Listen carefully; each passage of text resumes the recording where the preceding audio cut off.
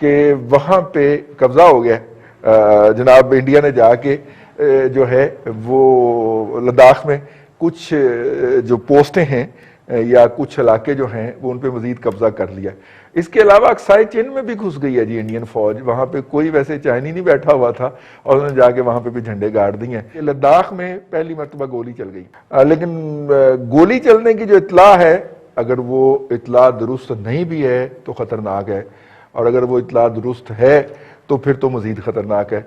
लेकिन जो एक दो वेबसाइट्स पे मैं पहुंच पाया, वहां पे ये सजेस्ट किया जा रहा था कि गोली चल गई है, तो जो वो मुआहदा है 93 वाला वो ब्रेक हो गया है। अगर ये ब्रेक हो गया है तो सर बात तो बहुत, इसका मतलब है कि क्लैश की तरफ चली गई है। और अरुणाचल प्रदेश के बारे में चीनी वजीर खारजा का बयान भी आप पढ़ लें।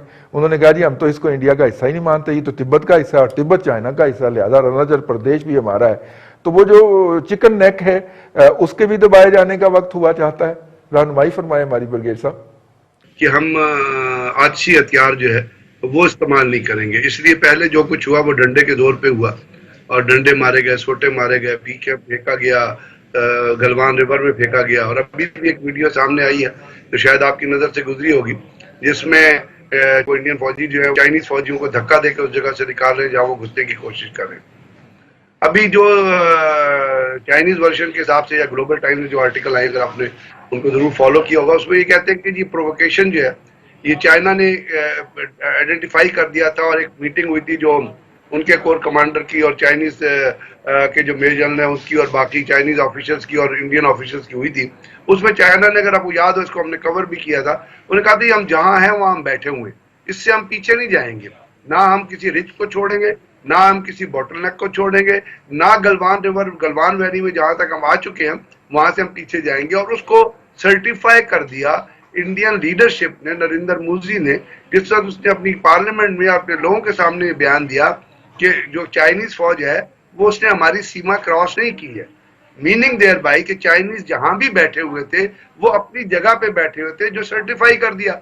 अब अगर उस जगह के ऊपर दोबारा इंडियंस जाने की कोशिश करेंगे तो चाइनीज का रिएक्शन क्या होगा? फिर डंडे तो नहीं होंगे, फिर तो उसके बाद राइफल का इस्तेमाल होगा। और राइफल का जब इस्तेमाल होगा उसमें भी जो वर्जन सामने आ रहा है वो 12 ये आ रहा है कि पहले जो पेट्रोल था, जो इनका जो पेट्रोल गया हुआ था उस टेरिटरी के अंदर, उन्होंने फायर किया है चाइनीज ट्रूप्स के ऊपर और चाइनीज ने उसको रिस्पॉन्ड किया है। अब जब गन का मुंह एक दफा खुल जाता है, राइफल का मुंह एक दफा खुल जाता है, तो फिर बंद नहीं होता। और चाहे अभी जैसे रशिया में मीटिंग हो रही है जो चाइनीज इंडियन फॉरेन मिनिस्टर और चाइनीज के दरमियान हो रही है, उससे पहले चाइनीज लीडरशिप बयान दे चुकी है और उन्होंने कहा कि जी अगर इंडिया ने अपनी फौजों को विड्रॉ नहीं किया या आगे बढ़ने की कोशिश की तो we can enter into a war, हम एक जंग की सूरत हाल में जा सकते हैं। और साथ साथ उसने कश्मीर के ऊपर जो अपना दावा दायर किया है और जिसने उस तरह उसको क्लेम किया उस इलाके को जिसको वो कहते थे कि हमारा इलाका है, और वो भी रिएक्शन है कि इंडिया ने 7370 एनएल करके कश्मीर का स्टेटस खत्म कर दिया। अब कश्मीर का जब स्टेटस खत्म हो गया तो पाकिस्तान भी उसको क्लेम कर सकता है, उस इलाके को चाइनीज भी क्लेम कर सकते हैं। इसी तरह अरुणाचल प्रदेश का इलाका बड़े अरसे से आपको पता है चाइनीज कह रहे थे कि ये हमारी टेरिटरी है और इसको हम इंडिया से लेके रहेंगे, जिस तरह हमने अक्सी चिन लिया है। अब ये चीजें जिस तरह बढ़ रही हैं, अगर रशिया में ये मीटिंग हो रही है तो मुझे नहीं लगता कि किसी डी एस्केलेशन प्रोसेस की तरफ जाएगी। लेकिन अगर ये डी एस्केलेशन प्रोसेस की तरफ ना भी गई तो ये उस खित्ते तक महदूद रहेगी,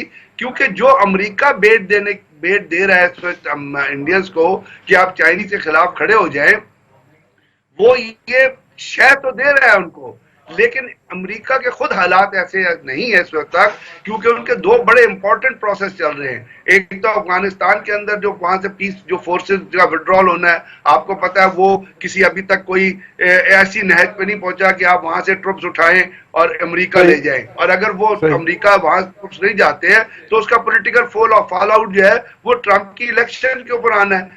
बिल्कुल सही। जो चीज जो अहम चीज चल रही है वो है इंडिया अमेरिकन इलेक्शन। तो इस सिनेरियो में जो चीजें हैं वो मुझे लगता है कि वो रेस्ट्रिक्ट रहेंगी इंडिया और चाइना के दरमियान उसी खित्ते में जिसमें वो मौजूद है। उसके अंदर कोई जैसे लोग एंटिसिपेट कर रहे हैं कि जी we will enter into a war, कोई ऐसी मुझे नहीं नजर आता। Reading by the lines, reading by the behaviour, जो बिहेवियर चाइनीज का है या इंडियंस का है या इवन साउथ चाइना सी में जो कुछ हुआ वो आपने देखा, तो उसके जरिए ये चीजें आगे चलेंगी। थोड़ी इसकी एस्केलेशन ऊपर बढ़ेगी, लेकिन वो एस्केलेशन उस सूरत में ऊपर बढ़ेगी जिस वक्त इंडियन जो है वो पंगा लेंगे।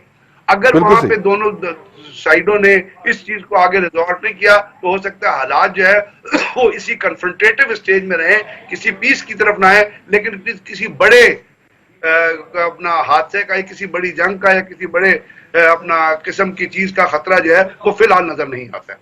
फिलहाल आपको बड़ी जंग का खतरा नजर नहीं आता। मुमताज भट्टी साहब से पूछ लेते हैं। भट्टी साहब, ब्रिगेड साहब तो कहते हैं कि बड़ी जंग का खतरा नजर नहीं आता।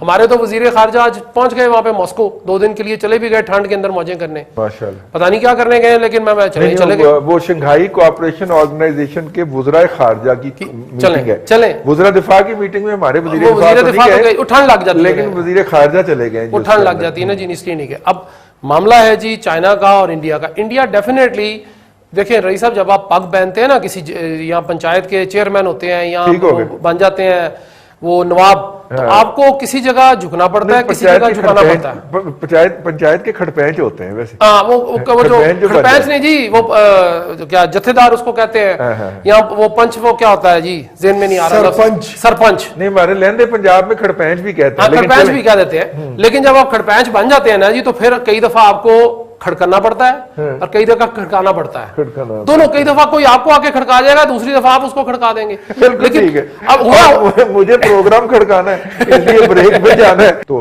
इस सूरत के अंदर जो है वहां पे भी हालात हैं, और परली तरफ जो वो चिकन नेक वाला मसला है, साबिक मशरकी पाकिस्तान और मौजूदा बांग्लादेश से आगे अरुणाचल प्रदेश जो है, वहां पे भी अब कॉन्फ्लिक्ट ने सर निकाल लिया है और चाइनीज ने कह दिया है कि हमारा इस पे क्लेम है।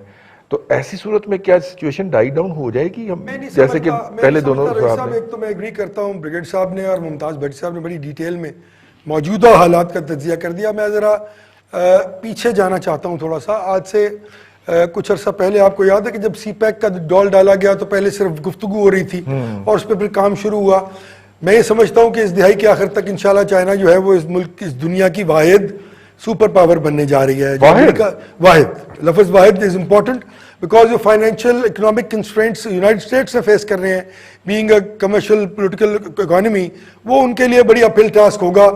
और वो मेरा नहीं ख्याल कि कन्फ्रंट कर सकेंगे चाइना को through India to an extent के वो उनको उस मकसद में जो बहुत एक बड़ा उनका प्लान है, जिसको उन्होंने अब सीपैक की बजाय वन बेल्ट वन रोड कहना शुरू कर दिया है। सही। उस वन बेल्ट वन रोड पर रही सब जो सबसे इंपॉर्टेंट एस्पेक्ट है वो ये है कि सबसे पहली नजर उनकी जो है वो सार्क ममालिक पे है।